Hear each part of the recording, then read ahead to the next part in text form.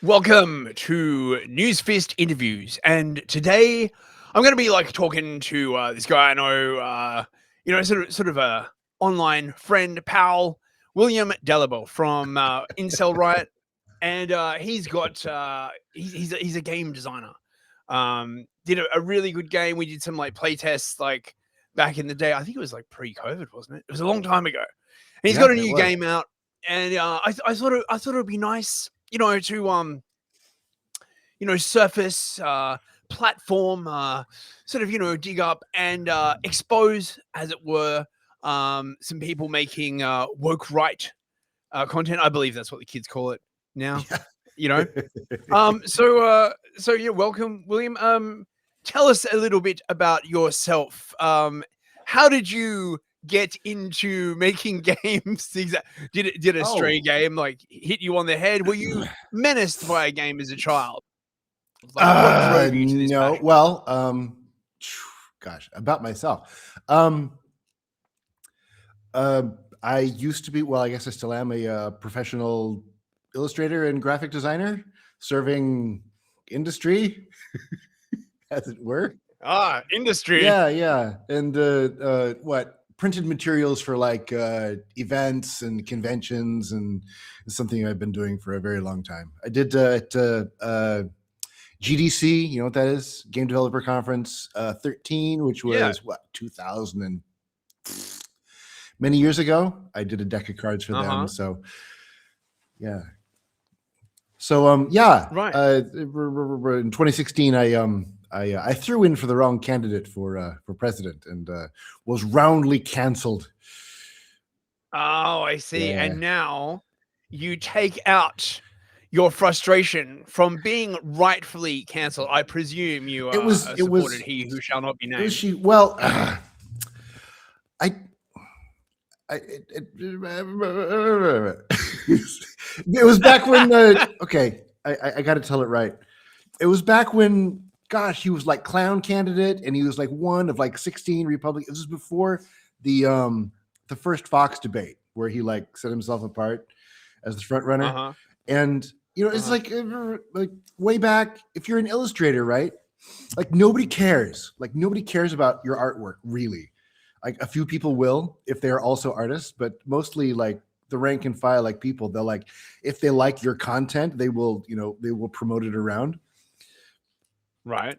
And so like in previous elections, like 2012, you had like Obama girl and Ron Paul girl, and like if you like a thing, like if you like a candidate, you'll like do artwork for your candidate, and then the people who also like your candidate, they'll spread it around. So that's what I did. I did this this big banner, the Trump Imperial banner, which many people own now. I ended up making it. And like the moment, like the instant I posted it, he went from being clown candidate to like Hitler 2.0. And like I would woke up and like, why are you platformers? The way people would turn on a dime, man. The news beams into their head like this person is like now Hitler 2.0, and they just start. And yeah, I lost my representation. I lost all my customers, and yeah. I actually I saw that banner. I thought it was the best banner. I don't say that. Other people say that, but it was a lovely banner, the best banner.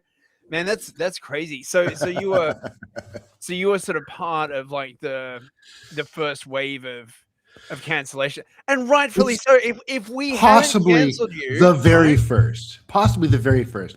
The cancellation didn't really go into effect until 2017. But if you hadn't been cancelled, you probably would have voted for George Lincoln Rockwell's Ghost the next time around, right? I'm sure being cancelled has totally de-radicalized you, by the way, right? Like it totally had the effect. You're a fine, upstanding citizen. Now I understand. I'm 98% sure that I introduced George Lincoln Rockwell to 4chan. I'm almost positive. I'm almost positive. Because I'm like, I don't know, I'm like substantially older than those guys, right? Yeah. And I've been in the scene like quite a bit longer. So I don't know. When I was on started using 4chan, I guess it was 8chan at the time. This is during the Babylonian captivity, the schism. Wow, you're like a proper old fag, man. I didn't start. Oh, dude.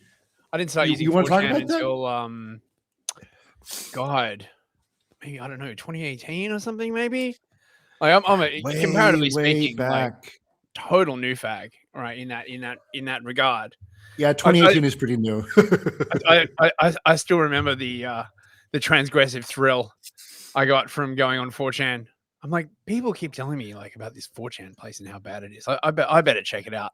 I better do some of my own research.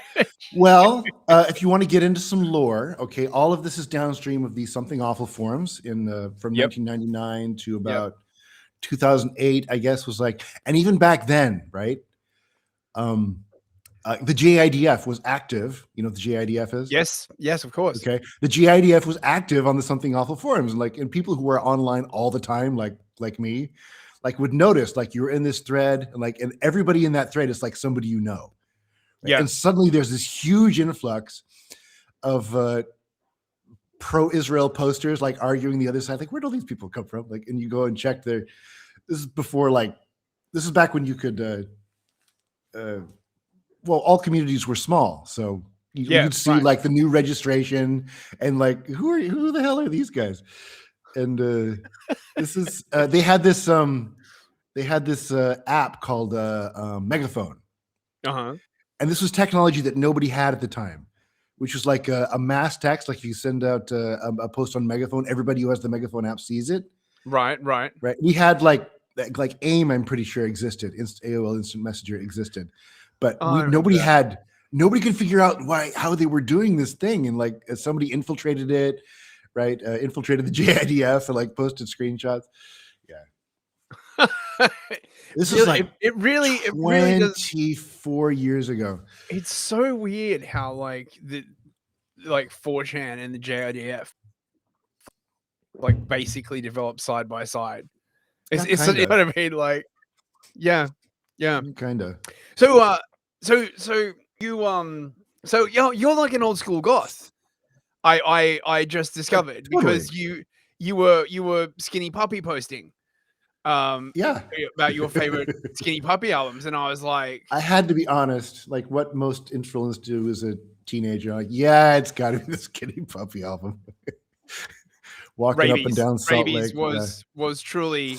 I'd actually forgotten how good that album was until you reminded me, and I was like, two-time grime. Yeah, mate, yeah, such a good track. Yeah, so you gothed it up in America. You got. Well, have you seen the movie? Have you seen the film Salt Lake City Punk? I have. Yes, you have. I don't want to blow your mind, but I'm Heroin Bob. Oh my god! Really, I don't remember it like that well. Oh mate, now I got to rewatch that. He's the guy who's like a terrified of needles and who punches the mirror and gets infected, and like he won't go to the hospital, so he gets infected and he almost dies of gangrene. The wife is super into that film. She's going to be stoked to hear. I'm looking at the hand right now. Okay. Obviously, it's a composite character. Like Heroin Bob never really existed, but that story with the hand in the hospital. I was in Salt Lake City in the late 1980s, early 90s, and that's my story. All those stories are true, and that particular story is my story. I see. So it's like a compilation of Salt Lake City lore. Right. So you gothed it up.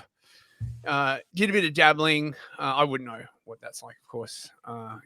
Good Christian boy, me all the time. And then you went to China, right? Eventually, yeah.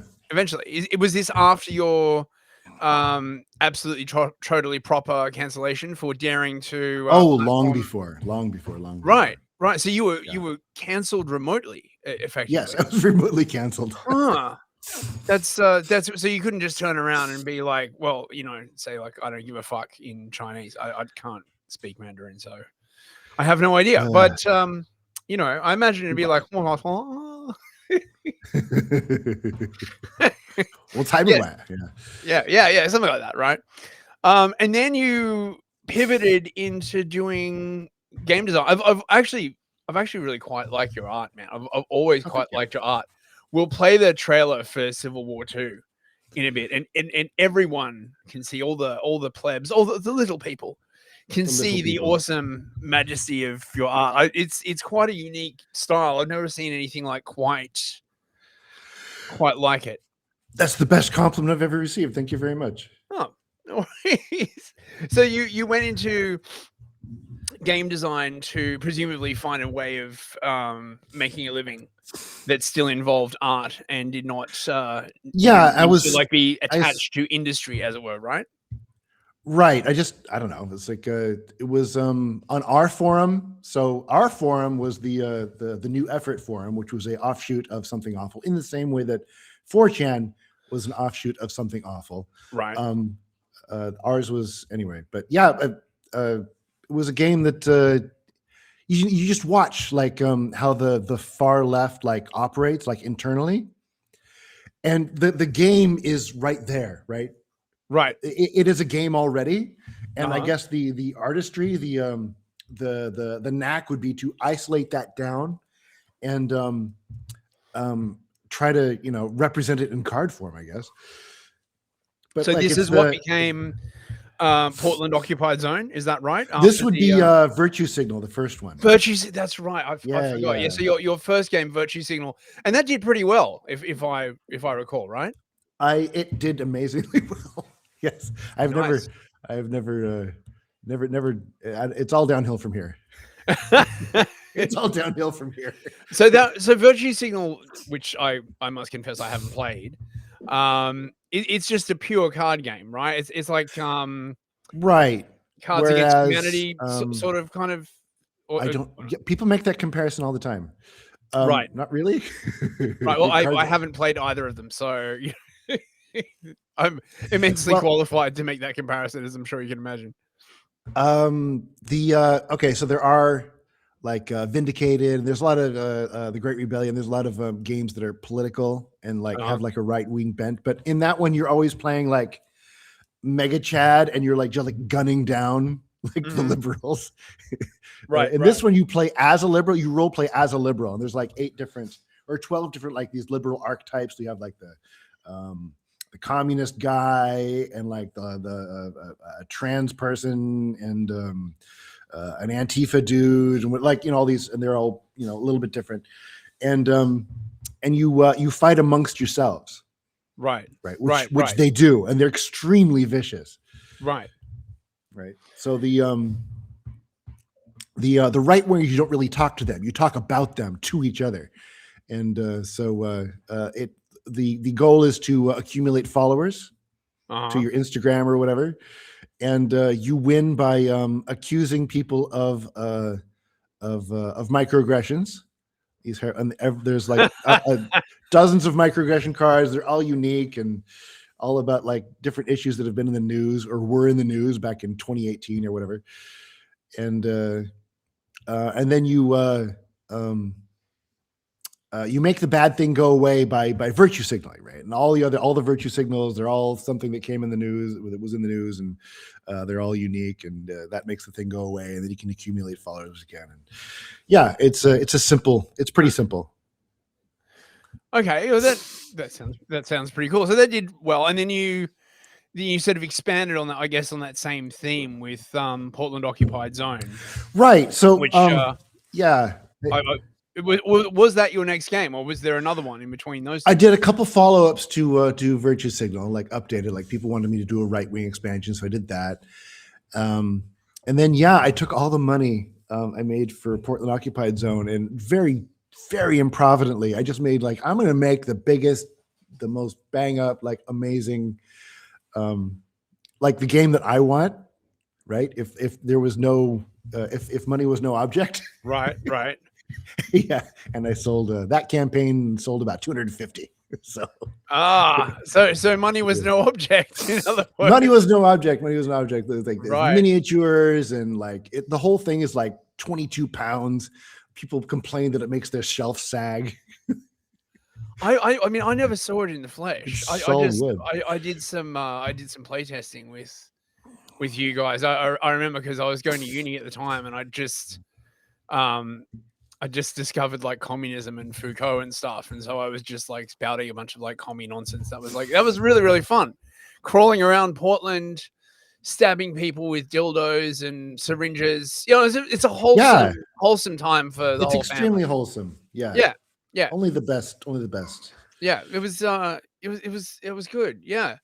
And so, okay, so Pause didn't sell very well because of Well, I guess that glitch in the matrix that allowed me to like reach an audience through Kickstarter, they closed that gap. Nobody can do that anymore. Nobody can do that anymore. And thank goodness that loophole was closed. Yes. Imagine filth like you influencing the soft, impressionable young minds of the It's like populace. I as a producer have something that you want, and you as a consumer, you want the thing that I produce, and I should I just be able to give that to you, or is there somebody we forgot to ask? There's definitely somebody you forgot to ask. Does Netanyahu approve?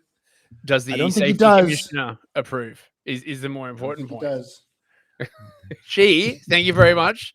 E-safety commissioner is a she and will always be a she, right? Look, if you want like proper censorship, you got to have a woman, right? You just True. you have to, right? Like only a childless, unmarried woman, only bitter, a childless, morbidly obese, unmarried woman. Yes, only a Karen is with nothing better to capable do of with her sort time. of the proper level of both hysteria and just disregarding reality to make like, you know, just be like, we're gonna remove this thing, and people come along and be like, you know, how are you gonna do that? Oh, we don't care. It must be removed. And people like you, William, and quite rightly, are those kind of people that should be removed. We're not gonna let you mainstream your fashy ideas into the soft underbellies of our precious youth who we are replacing with mass migration. I think there's something about something that exists. Imagine, huh? Yeah, imagine all the things that can go wrong. I see what you're doing. You're just using humor and good art and engaging gameplay to, you know, mainstream ideas like you know, that the Chaz was not a sort of perfect communist utopia, which of course it was. Well, you know, yeah, in their version of perfect, yes. Chaz was fucking wild, man. Yeah. Like that whole thing, man. Like I watched it all live, and it was just obviously I wasn't physically there, but I just remember like during the whole BLM thing it kicking off, and I'm saying to a bunch of people around me, being like, have you seen this shit? And they're like, oh, it's not a big deal. I'm like, yeah, this is a huge deal. This is a really, really freaking big deal. And but I think the Capitol Hill Autonomous Zone was really sort of the peak sort of clown world of that particular era. You know, I'm going to disagree with you there. I think the peak was Occupy Wall Street a few years prior, which was much larger, and it lasted significantally longer. No. I mean peak in terms of absurdity. Oh, like sure. Occupy actually seemed to like actually be getting somewhere. Until let me burst that bubble for you. Oh, yes. I did a ton of research into Occupy and Chaz, and a Chaz Chop and Occupy, and oh man, the amount of information they suppressed about that place. So you have like this tent camp. Okay, Chaz is very small. Chaz is like a few dozen people. Occupy was like in the middle of Manhattan, right? Yeah, and it was like a tent. Yeah. It was a tent city. Yep. And they had dysentery outbreaks, right? For real, like all these third world diseases and like sex crime. They ended up segregating the tent city, like boys and girls, like a Hasidic wedding, because there were so many grapes. There were so many grapes, dude. Yeah, I mean, I remember hearing about that. Yeah. I mean, dude. I mean, I don't know, man. I guess I didn't get to see sort of Occupy live. Like not only was the internet not as highly developed, but I was not really, I guess you would say, politically aware. Really, I just, you know, I'd sort of like see some stuff, you know, But whereas the whole BLM thing, the whole Chaz and Chop and everything, I sort of watched it in real time. I'll just never forget seeing the people in Chaz making that fucking garden. Yeah, And like the garden, like, the garden was you know? that was the spark that ignited the whole thing. A piece of plywood with some potting soil dumped on, a single potato resting in the middle. Oh mate, Oh and man, that sign that was like, this is an indigenous this is garden, or indigenous garden. so No like white some people need to critical apply. race theory. Sorry. Yeah, like no white people need to play. Yeah, this potato's not for white people. Yeah. No white people best come near. Oh god. Dude, it's like a couple of things of like soil on top of like a plastic tarp. Like It was nothing plywood. It fucking was gross. pieces of plywood. It literally like potting soil from the grocery store, just like dumped on top of it, like in literally a single potato, like resting in the middle of it. Do you remember the bit where they decided that they were going to like let all the homeless in, and they stole all the food, and then they're like, I remember the okay, gangster warlord that kind of took the place over because he's the only one who that's had a gun. right. I forget his name. Oh, me too. I remember someone like did like a live stream inside his like flat or something that was like going around. Then all these people got shot, but it was BLM, so everyone was like, "Oh, it's just black people being boisterous. Like, don't worry about Hardly it." any Like, black people. This was in Seattle. Bremerton is where the black people are at. That's further. oh That's yeah. further away. I thought the gangster who controlled Chaz was of the black He persuasion. was, but he arrived later. He saw an opportunity. Right. Who can blame him? Right. Well, I mean, exactly, right? Like, it's sort of doing that African mercenary Totally. kind of thing. I mean, well, like if you deliberately withdraw security from an area of your city, don't be surprised when other people like turn up. Imagine how that worked out. It's amazing. Yeah. It's amazing. So then you moved on to your current project. Yes. Civil War 2. Right. Which is not a continuation from your game called Civil War 1. It's about Civil War 2 in the American sense. Yes. Right. Shall we play the trailer Why not? for it then? Let me see if I can get this working. Here we go. Come on. Yes. Enjoy this.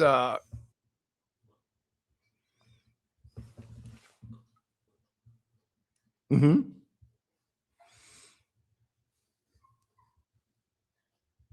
Hello?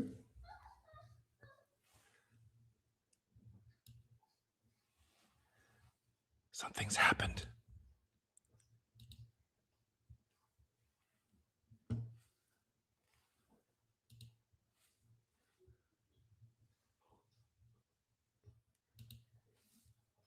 Did I drop out or did you?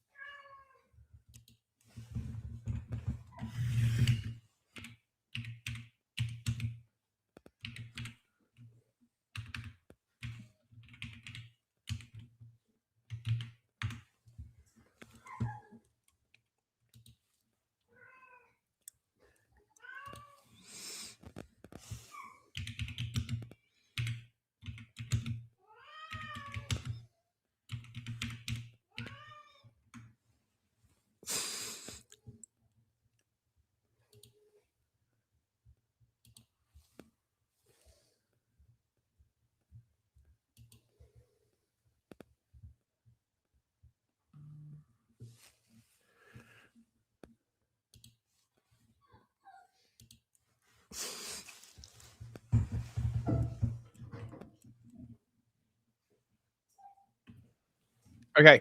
Can you hear me? I can hear you. Man. Did you bump the outlet? No. my internet, being that I'm in London, is fucking terrible.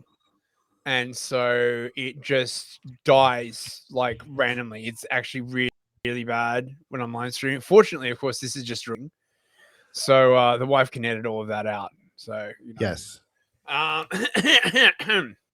Right. So here you have Red Dawn 2 and Invasion USA 2, two sequels that. Yeah, I was about to say, like, just the art style, like it reminds me of like the Powerpuff Girls or Roger Ramjet. Oh, Did you ever watch Roger Ramjet as a kid? I did. Gendy Tartakovsky. He's I love his work so much. Was Roger Ramjet Gennady Tartakovsky? No, Roger Ramjet was the Rocky and Bullwinkle guys. Right, because That's even significantly older. now, whenever I hear Yankee Doodle Dandy, I always get the lyrics of Roger Ramjet Roger, in my head. yeah, these are the best lyrics.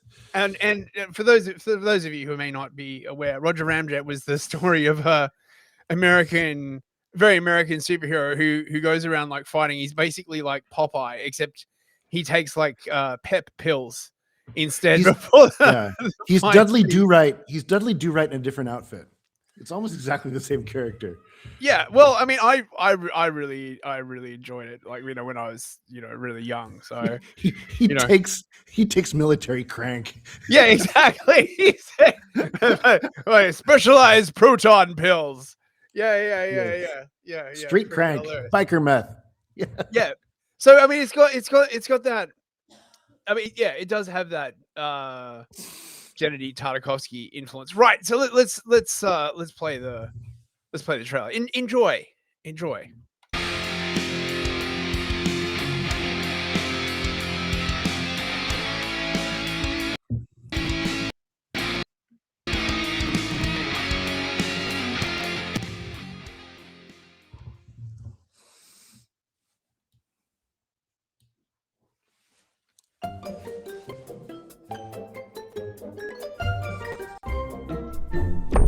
Welcome to Civil War II, a card-based strategy game that plunges you into a fractured future America, where rival factions vie for control in a nation gone terribly, terribly wrong.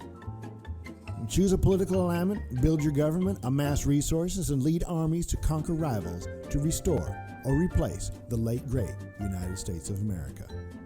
You can create a communist utopia, or an anarcho-primitivist utopia, or a libertarian utopia, or and that's all. Those are the only options. There's gonna be nukes, kaiju, killdozers, dinosaurs, shark buses, men in black, big feet, deep state ops, and the Statue of Liberty holding a gun. 8 unique characters so far, a simple resource system, dozens of different combat units, and 2 decks worth of dirty deep state tricks. Civil War II has a thoroughly tested and we believe rather unique hybrid combat system that combines tabletop wargaming elements, deck building, and area control mechanics. Prepare for a battle of wits and strategy in this immersive Civil War simulator. Also, and this is very important, no robots of any kind got their filthy clamps anywhere near this game. No AI art, no AI writing, no AI nothing. By humans for humans, that's a promise.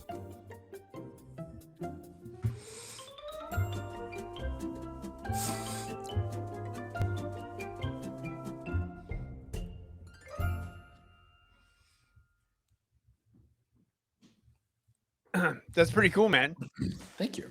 I really like that piece of art there. This one right here. Yeah, those are 2 virtue signaling. I mean, the thing is, right, because I grew up, as a goth.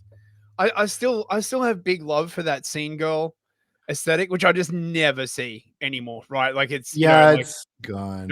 Homesick for a place that no longer exists, kind of like a thing. Like, whenever I very, very rarely see like, someone like vaguely rocking that style, I'm just like, I miss seeing girls, like. So without the politics, please. Yeah. Oh, my God! Imagine. Like, I mean, this is the thing, right? Imagine the goth scene back in the day with the kind of politics we have now. Like when they hold Marilyn Manson up on like those charges, right? And they're like, oh, did you know, like back in the goth days, he did a bunch of drugs and had weird sex, and I was just like, wait, you mean like literally like everybody else was doing like in that scene, like and then the charges come out, and the allegations come out, and I'm just like, bruh, like it just sounds like what everyone was doing. Fucking crazy, man. Yeah, like, Marilyn Manson's where it kind of jumped the shark for me. Yeah, I think it's where it kind of jumped the shark for everybody. Like, okay, that was cool for a while, but now it's like, well, first of all the normies are in it now, and that makes it a lot cool. And it's a little bit too far, a little bit too cool, it's a little bit too polished. It's a little bit too polished. That's the problem. I haven't really been into his stuff for a long time, actually. But remembering back in the day, man, I feel so fucking old now. Remember Dope Show? I'll be like, oh yeah, you know the classical music. Shut up, Jimmy. Get off my lawn. It's still relevant. I'm still hip. Hello, fellow Sheen kids. Oh, but Gen X doesn't even matter. It's the millennials who dominate everything, and they're getting old and they're nostalgic, and so all nostalgia is their nostalgia, and everybody else is just a boomer. I swear, right? Like Gen X got a really brief window, right, where they were actually in control of shit. We need to talk about this. And did some like cool shit. And then the millennials just came up and did like the woke purge. And I'll tell you what happened. I'll tell you what happened. So first of all, the baby boomers, right? The boomers, they got into and they took over media really, really early, like as really, really young people, mid-60s, right? And their whole thing, right? Their whole identity as a group is they're the youth of the nation, right? Yeah. Well, and also that they are the inheritors of World War II, right? Like it's really weird watching the boomers basically behave as though it was them that fought and won World War II. Someone pointed this and civil rights out to me the other day, and I kept seeing it now, right? Like they literally act like the ones that fought World War II. And I mean, I know this was like a deliberate psyop, right? And they were basically sort of told, oh, you're the new, multicultural hope. And then they just proceeded to like, fuck everything up. Well, other groups had a hand in it. Let's say. So like, they maintain that identity, right? As the youth of the way well into like their 30s, right? And their thinking is like there are no generations after. Like I'm sure that like if you sat them down and like reasoned with them, they would admit that there were like generations past them, but it never really clicked until 1994. I don't know if you remember this, but in 1990, Reality Bites comes out. The alternative charts kind of like take over the boomer charts, the mainstream charts, right? And like there's this mini panic attack in the media, on Newsweek, and like realizing that this other generation is already adults, right? And they're like not us. Yeah. Right. And so you get like all this, the Doom generation comes out. That's like 94. Oh, mate, I love that film. I love all of Greg Araki's like weird goth stuff. I used to be so into that. Yeah. But and then like nationally, like this boomer panic attack, and they start like trying to target ads toward Gen X, and they're all weird. Yeah. I cannot find this anywhere, but there was like a spate of these, and they lasted for like a couple months before they shut them all down because none of them landed. They had like this girl, like in the like Winona Ryder in Reality Bites, where she had the short hair and the calico dress down to her ankles, which is like, in 94, that was like Gen X wear, and it's a commercial for Tide laundry detergent. It's like shot exactly like Reality Bites. And the ending tagline was "Laundry goes in, clothes come out, life goes on." Like nihilistic. I mean, I do remember very, very clearly that whole aesthetic that was really big in the mid to late 90s, of which the sort of video clip for like Closer was a really good expression, and Manson's video, like where they you know, they'd get these like rundown dusty houses and tons of weird like dusty lab equipment, and they'd use like a lot of like, you know, like bugs, and it was all just very, I thought personally that aesthetic was fucking Kino, really. I you know, I've did the VHS of the Broken video get passed to you at any point? The Broken, don't know. Did Broken have a video? Yes. Yes, it did. Oh, and it was extremely rated. It was filmed by, well, not filmed by, it was a snuff film. It was literally a snuff film commissioned by Trent Reznor, and they would not play it on MTV. You could not see, it was extremely illegal, right? And it just got passed around on VHS. And I saw like half of it, and I like went and rushed my guts out in the toilet. And yeah. Oh, I think it's out there somewhere. It's out there somewhere. I think I might have seen like an edited version of it, actually. I'm not sure. Grainy VHS but guy getting kidnapped up. But I mainly remember Closer and like Sweet Dreams, and just that whole really sort of grubby kind of like vinyl aesthetic, you know, that was going around with like the sort of washed out colors and stuff. I thought that was like pretty cool.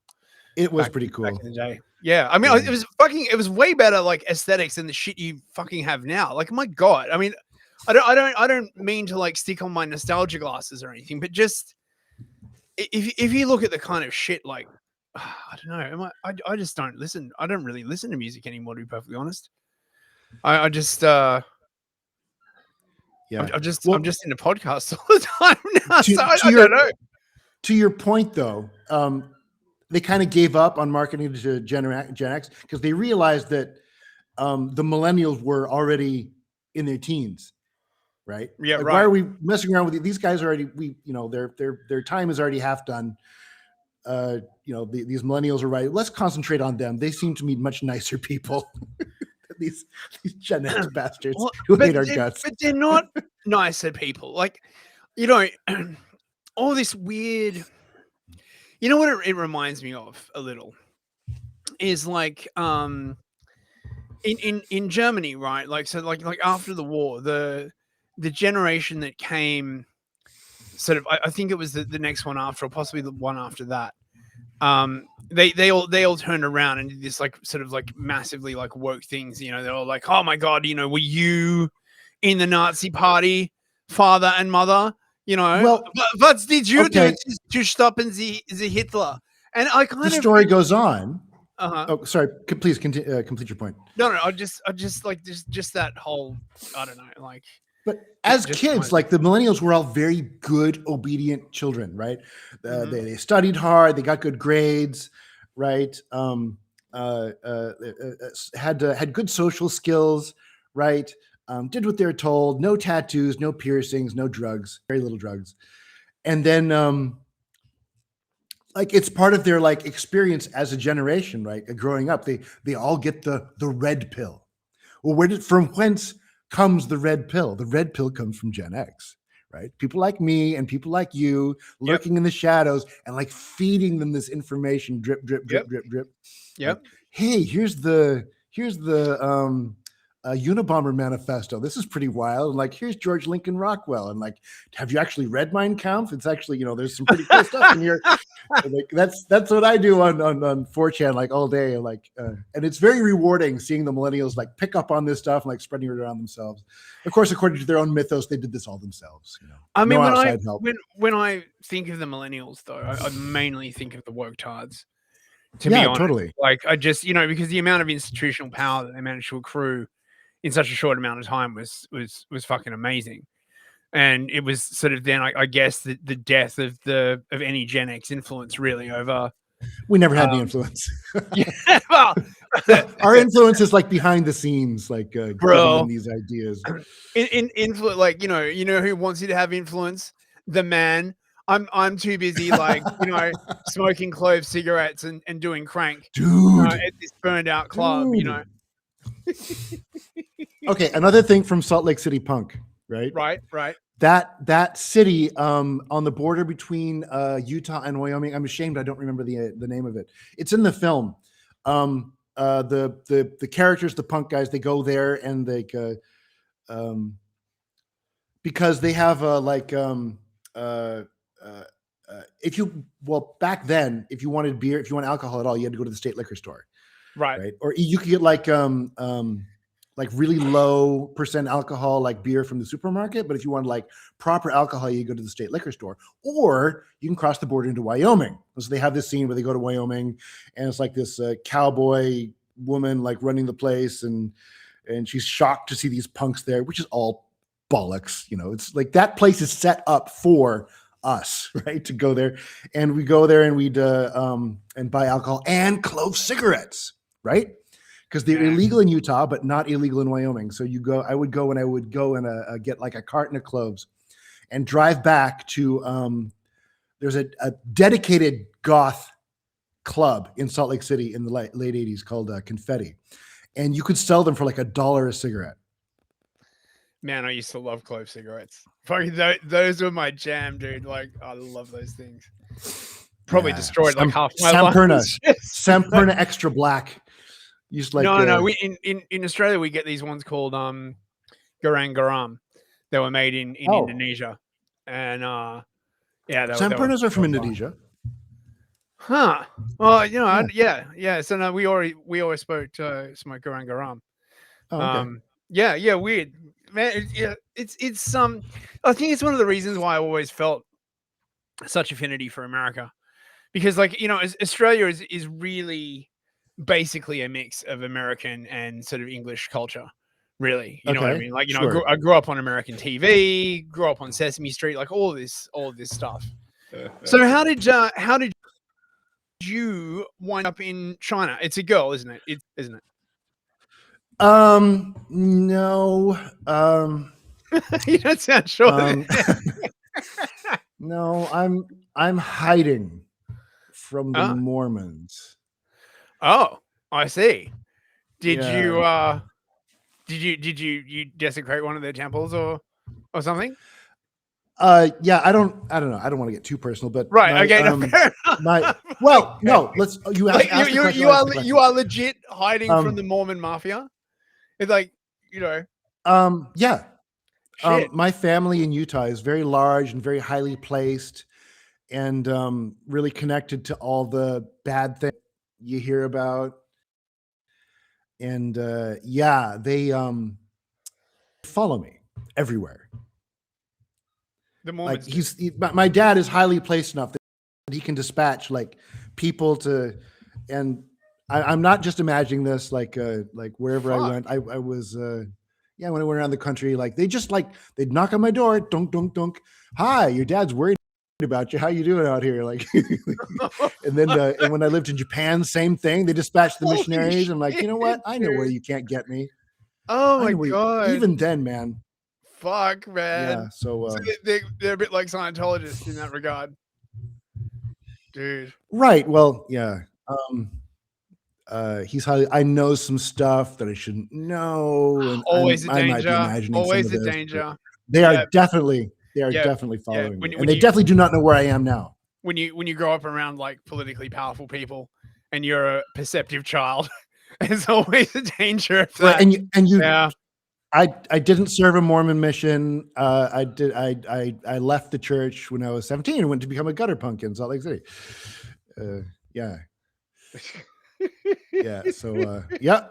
Right. Okay. I give cute answers to that question every time somebody asks, like, "Why do you think I'm here?" But that's the real answer. Like, right. Okay. Well, I don't want to pry too much, but that's a fascinating story, man. Did you find a nice woman in China, or you still living the Gen X life of you glitched off there for a second. Are you asking if I'm married? Yes, I am. Yeah. Did you find a nice Chinese girl to settle down with? I did. Oh, that's great. I'm glad. Yes. So I inherited a house from her family, and so I what safe, I guess. So you've got a good social credit score then. That's not real. I know. I remember asking you about this, and I'm like, because all the razor fist types in the West are like, oh, China and their social credit score. I'm like, you mean like the one they're rolling out in the West? You mean, right? Like, it's bullshit. You were saying, right? It is. Well, okay. It is mostly bullshit. Right. If you cheese off the CCP, right, they can make it so it is you can't fly. They will scrub your records from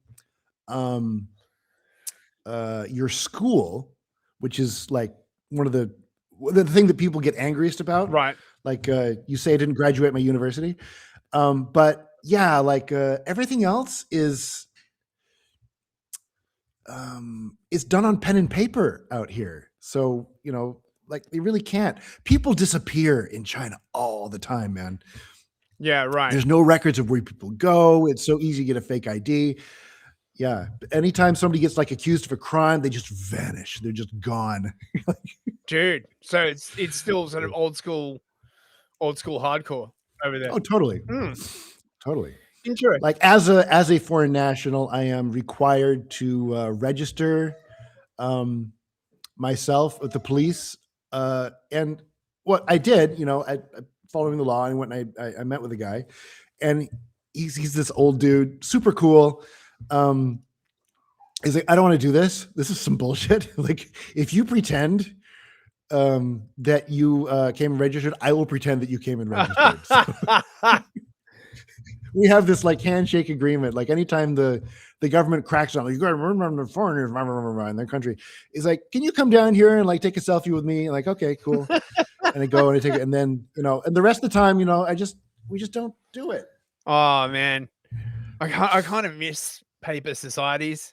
I was in El Salvador recently, and it was basically like that. It's like going back to the 70s or the 60s. It's something we need to learn how to do. Again. I love it. Like, because you still have like some of the good bits of the future, like the internet and stuff like that, but you don't, like, everyone still uses cash, and it's just much more sort of, as convenient as it is, I fucking hate electronic money. I just really, I just much prefer cash, because there's no mediator between you and the person like you're dealing with, and I don't know, I just like that. Yeah, it does suck. Well, over there, I'm sure you have to use your real ID. Well, I mean, this is the funny thing, they're always like banging on about like, the CCP and their social credit system, whilst at the same time, like, literally spinning that shit up here, to protect the children and stuff. And like over here, right, they're just doing this thing where they basically make it so, if you want to take your own money out of the bank, you've got to give a reason for it, right? Like it's mate, it's a huge thing. It's a huge deal here. Just don't put your money in the bank in the first place. Yeah, then. good luck with that, right? Because all the money's electronic, and they really prohibit cash over here, right? Like, it's, they're basically just pushing everyone towards like digital money, right? Like, they just can't, so if you go to the bank and you want to, they keep lowering the limit. I forget what it is now.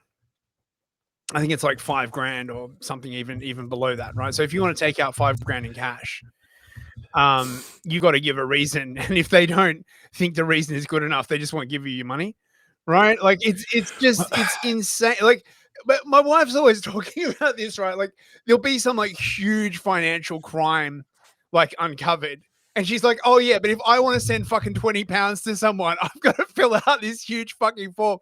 It's just, yeah, it's so fucking mental. That's not really money at that point. No, because it's non-fungible. No, that's exactly right. Right? It's not. It's and they just put a lot of unnecessary friction up. I think it was Bitcoin that really started this. Like a lot of people started taking money out of fiat and putting it in Bitcoin, and so the banks just like started like putting as many roadblocks in between as possible, and it just like went from there. That makes me want crypto more. Yeah. Get to the point we don't accept fiat as payment, man. Like I don't want that guy. Yeah, it's fucking grim over here. Honestly, I really want to leave the UK. This whole place is just completely. Oh, you're talking Yeah, about the I'm UK. talking about the UK. Okay. Yeah, it's fucked up, man. So That place is like Orwell was an optimist, man. Oh yeah, I mean, Orwell, he was like his dystopia was way better than this. It's all the same. It's all the same principles, though. Well, in 1984, very few people got gang raped. Well, Very that's few. true. I mean, although I guess if Winston's biggest fear had not been rats, but instead had been like BBC gang rape, then maybe like the second half of the book would be considerably more spicy. It needs a sequel. Somebody write 1985. Oh god! Oh mate, that's an image I won't be able to get out of my fucking head. BBC in 101. Oh, fucking hell. In a cage on your face. The BBC will eat its way through your face. Yeah. just like. Oh fuck, mate. Bludgeoned to death with BBC all over your face. Dude. I love 1984, man. I really even now it's still the book that's influenced me the most, I think, out of any book I've ever read. It's just so prevalent. Yeah. Like you just like it's idyllic. This is a past that we can aspire to. No, I just mean that like the principles of psychological warfare and language control that's elucidated there. Oh, yeah. I just like I probably think about the Newspeak dictionary like at least once every couple of days, because I'll just be like, oh yeah, that's very Newspeaky, like and especially during COVID, obviously. Like, yeah, COVID. Oh fuck me. They just swept it. I live really close to Wuhan. Oh really? I see. Yeah. Did you enjoy some delicious pangolin from the wet market? Where should I start? Number one, there is no such thing as a wet market. Somebody made that word up. CNN made that word up. Yeah. I actually did like a dive on it like a couple months ago, like trying to figure out where this word came from. There is an equivalent word in Chinese, but it is a reverse translation of the English word. There is no word for wet market. No, in Chinese. It almost certainly, it sounds like a propaganda invention to be like, oh, it does. It sounds like wetware. Those filthy. I mean, look, right? Like technically, any fish market in the West is a wet market, right? If that's the way you're going to define it, okay, right? You go to the fish market. There's ice everywhere. It's like concrete floor. There's like water everywhere. But I think the idea was to be like, oh yes, the filthy Chinese and their pangolin eating. I am sure that's habits. It sounds like a cyberpunk term, like wetware and wetwired. Oh, it does. Yeah, it does. We're going down to the wet market to get some implants for my arm. Yeah. I got the black shakes. Got the black shakes. I got to see Dr. Allcome. Fuck. Oh, mate. Actually, wet market would also be like a great name for like a strip club or a sauna or something in Cyberpunk. You know what I mean, right? Like, come down to wet market. Come down to the wet market and get all slimy and gross.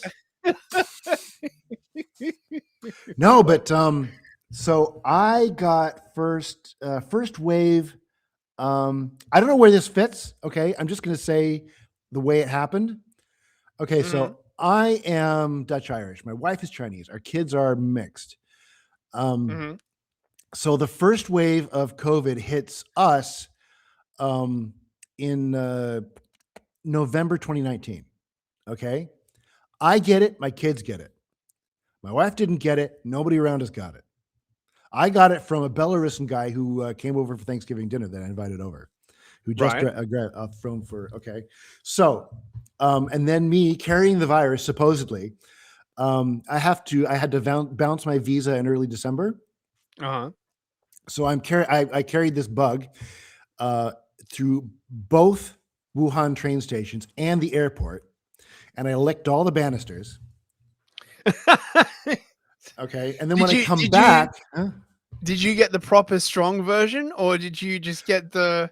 Oh, dude, I was glued to the floor with snot for like 3 weeks. It was brutal. Oh, right. So like swine flu. I got swine flu when that came out, and I think that was the most brutal flu I've ever had. That was like 3 weeks kind of. Sorry. So continue your story. You're going around Wuhan licking. Yeah, and then I come back, right, and like a couple days after I passed through the Wuhan train station, I pull up it's on the news, right? There's soldiers like I was just there. What the hell?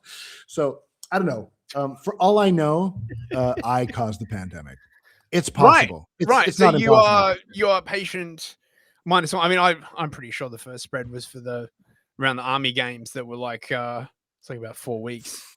Yeah, the outbreak. It seems to be like Kennedy said, it seemed to be racially targeted. Like the first wave didn't infect Chinese people, and then it jumped somehow. Yeah, because I mean, I remember. I mean, that's literally when I started doing YouTube. Well, Odyssey, right? Because we were, the lockdown, and I was just like really, really, really pissed off, and watching like just a bunch of like weird, like TikTok tier kind of shit come out of China. Basically, everyone's like, oh. The Chinese, they're so authoritarian and stuff, and I'm like, yeah, but it's not really that much different. I think some of this stuff might have just been propaganda so that they can like do horrible shit to you and then be like, well, at least we're not welding your doors shut, right? Like if you think about it, I was chained in my apartment. Sorry. I was chained in my apartment. They did that to me. They did that to the house. Well, they came and this is like toward the end. Yeah. This is toward the end. They were, we can go deep into this, but it was in China, like the COVID, it was extremely scammy. There was like one company administering all the PCR tests. Right. And it was like linked to like this one family, like out of Hong Kong or something like that. And apparently what came out is like this family was scamming the Chinese government. Right. So they would go around to cities, they would administer these PCR tests, they'd report falsely that there was an outbreak in whatever city, and there'd be like a huge lockdown. And who benefit in the lockdown? Like a lot of the government would restrict all like the small local vendors, but like the big vendors, same as in the West. Right. Like the equivalent of DoorDash and Amazon, they had like free reign, right? And if you got sent into quarantine, like that was, you had to pay. They would send you to a hotel, and then you had to pay for the hotel, right? So they were locking people down in like these luxury hotels, like $3,000. I guess would be like $500 a night, which is expensive, and it's expensive anywhere, but like expensive in China, especially. And this all comes out. So. Anyway, toward the end of that, like I think it was like a couple weeks before they announced the end of all the lockdowns, before the White Paper Rebellion. We can get into that if you want. And they came at 3 a.m. The cops show up suddenly at 3 a.m. And they said, "We're going to take you away to quarantine." And I'm like, "Nah," So I'm good. I'm good. We're going to take you away to quarantine, or we're going to take you to jail. Like, okay. Take me to jail. So like I'm leaning out my kitchen window, which is the one facing like the street, and I'm giving a little lesson on the Chinese Constitution from the window. And I do like Lou Diamond Phillips in Stand and Deliver. Put my hands out like that, and like cuff me, bro. Like, and they let you go. They didn't. They were bluffing. Yeah, right. They didn't actually, and they gave an excuse like, well, if we were infected, we brought this infected guy, we'd have to do a whole bunch of paperwork, blah, blah, blah. And they laughed and they never came back. But because of that, my entire building didn't have to go into quarantine. So they just kind of abandoned, like everybody got off the bus, right? But they chained the front door. So you couldn't go in and out for 2 weeks. And so we just came and went via the second floor window. shimmied up and down the drain pipe. It was fun. Fucking hell, man. Yeah. That sounds fucking crazy. Oh, dude. And they've swept it all under the rug. It weirds me out that everyone is like, gee, why is everyone so pissed off now, right? Like, why is the temperature so high? Like, why are things polarized? And they never mention COVID or mass migration. Yeah. And you're like, it's really like no one got hung. There haven't been any like mass trials or anything. They're just, look, don't look back in anger, bro. It's gonna take a while, I think. It's gonna take a while for it to really sink in that we can't vote our way out of this. And it's gonna be decades before before people, like, you can't even talk about what the alternative to that is. My theory on that, actually, at the moment, which is subject to change, but this is my current theory, right? Is that if the Dems get back in the States, right? Like if they manage to successfully block Trump in the midterms and they get back in, then they will start doing the proper purges. Like they will just start, dragging people off. And I think at that point it might actually spark something quite serious. But I don't know, man. I don't know. I honestly thought like shit would kick off before now, but I guess there's sort of it's kind of like the years of lead kind of like thing where everyone's like just eyeing each other up and being like, people still follow the law. Like I brought I'm gonna say it again because I think it was a pretty good quote. But like in the West, right, when the government comes down with like this draconian thing, like everybody gets out in the street and protests, like I will not follow this law, blah blah blah blah. And then like a couple of weeks later, they've got you outraged about something else, and like everybody just like passively, and they follow the law, right? Whereas in China, right, government comes out with this thing that we're all going to do, blah blah blah. We're going to do this thing, and everybody's like, "Sure thing, boss," and then they just don't do it. Very based. If they forget, like, they forget. Yeah.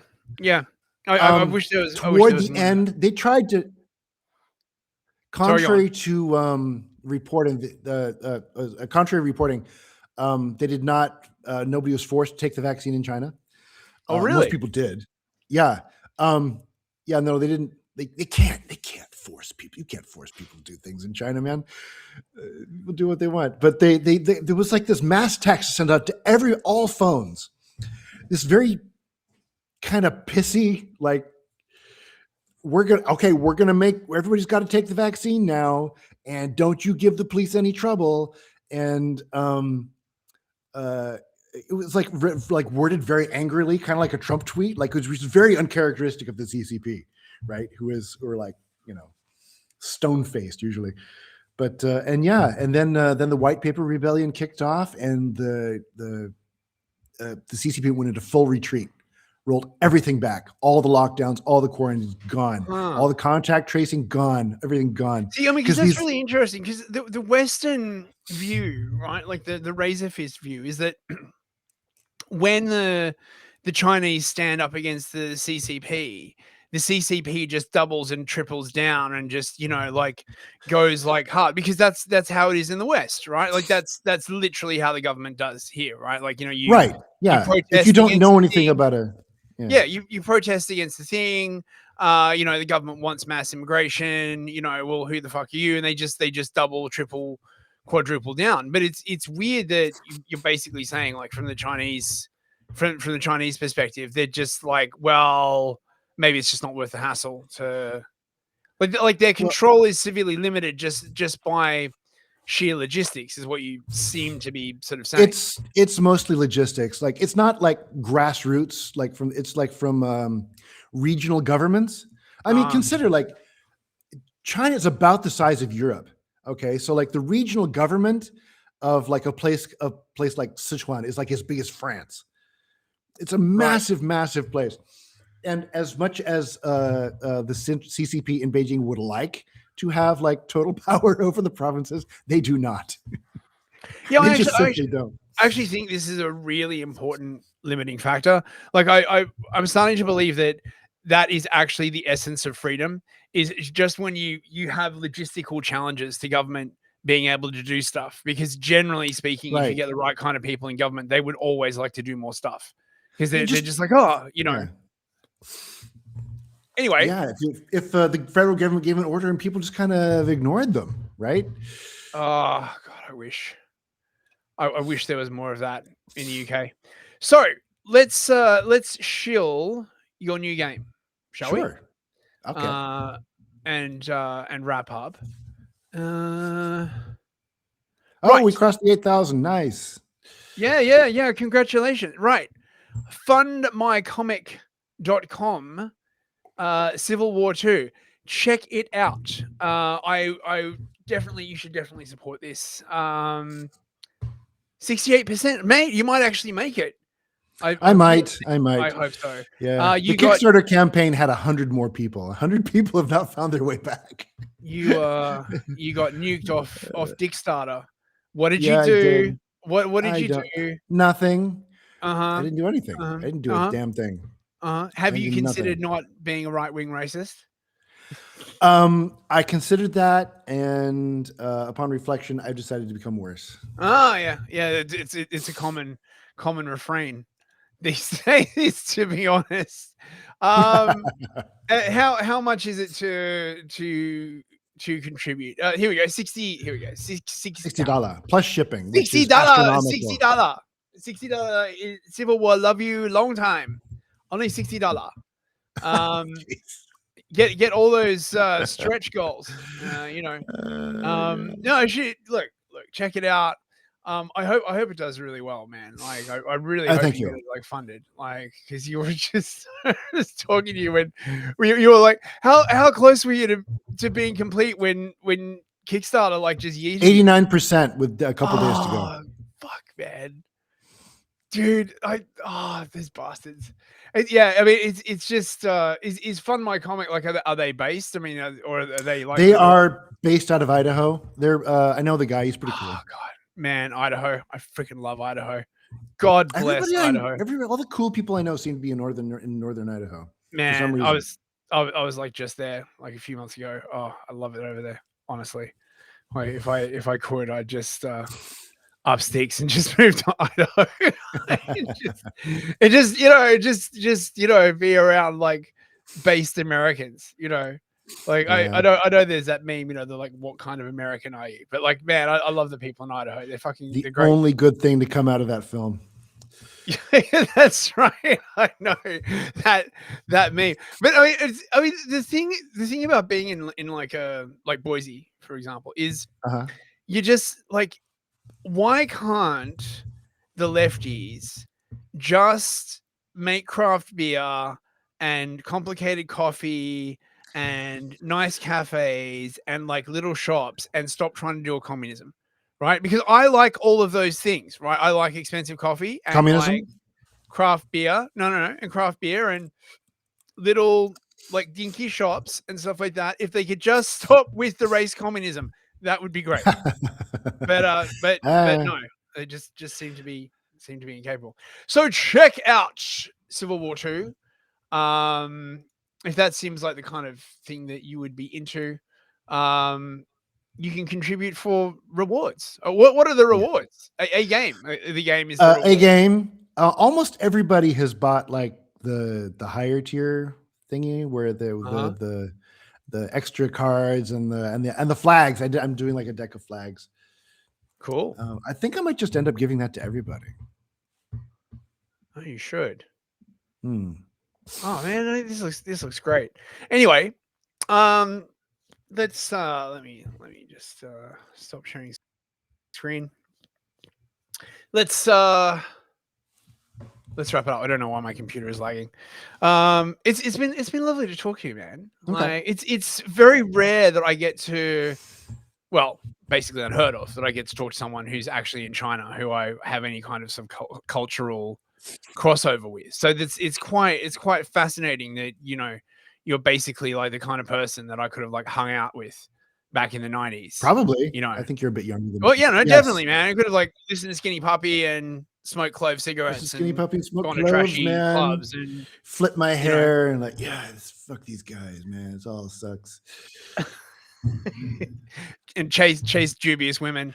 I did a lot of that. Oh yes. Oh yes.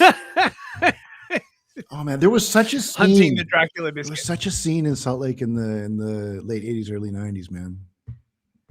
Sydney had a really good scene. Well, that's a much bigger well. city. I believe you. Yeah. No, Sydney had like a proper scene. It's all gone now though. Apparently, Yeah, you know, you can only do that for so long, Yeah. and then you get old, and then it starts being embarrassing. I mean that is true, mate. Right? Like, I met one of the guitarists from fucking Fields of the Nephilim. Oh, right on. In Slimelight in one of the goth clubs, like in London. Right on. This was like a long time ago. But the thing is, right, like he was old and still sort of like being goth, and it's tragic to see, right? Like you know that stuff has like a definite shelf life. Yeah. You got to get out. Yeah, I met the girls from Switchblade Symphony in Portland. They were like in their 50s, covered in tats, with the dreadlock hair, and like, this doesn't look so good. Yeah. And I think for the people that got like the professional musicians and stuff like that, they can't really stop being that because like their entire life is now caught up with, you know, being that dude from that band, Right, or whatever. Somehow, if you were like boomer age and you were like Jimmy Page or Robert Plant, you got like the gray old hippie hair. Somehow that works okay. That's less egregious. But yeah, like old Marilyn Manson does not land. I don't know precisely why that is. Maybe it's like all the tattoos and the dyed hair and stuff like just starts looking increasingly cringe as you get older. Whereas, you know, like someone like Iggy Pop, who's like basically sort of au natural. Yeah. Like that works fine. Because the tattoos. He looked like an old man even when he was in his 20s. Yeah. The tattoos start fading and you get all like stretchy and, you know, you destroy your hair with like the dye and just start looking like really, really fucking manky. I don't think there's a version of goth aesthetic that works. Like they do like Orthodox monk goth. I think that works for an old guy. Like, get the long gray beard and then the tats. I can see that. Yeah.